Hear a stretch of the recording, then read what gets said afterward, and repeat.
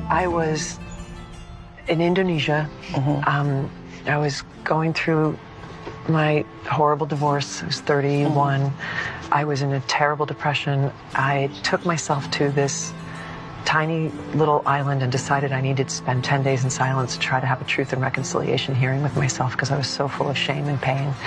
I decided I wouldn't speak, not a word, for 10 days, and I didn't know anybody. I went and got a hut on a beach in this tiny little, very poor fishing island off of Lombok in Indonesia. And I got terribly, terribly sick with food poisoning.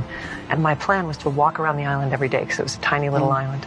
And there was this one woman, this Muslim woman.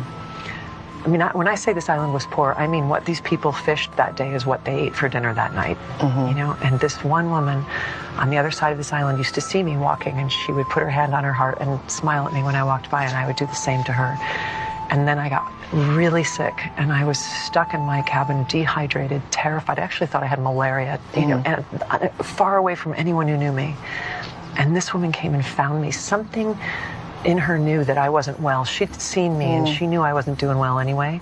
But when she didn't see me on my daily walk, she came and knocked on my door and saw the condition that I was in and went like this and came back an hour later with fresh food and fresh water for me.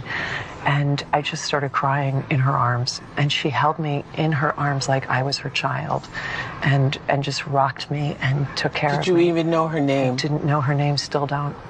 And by the way, she is my face of Islam.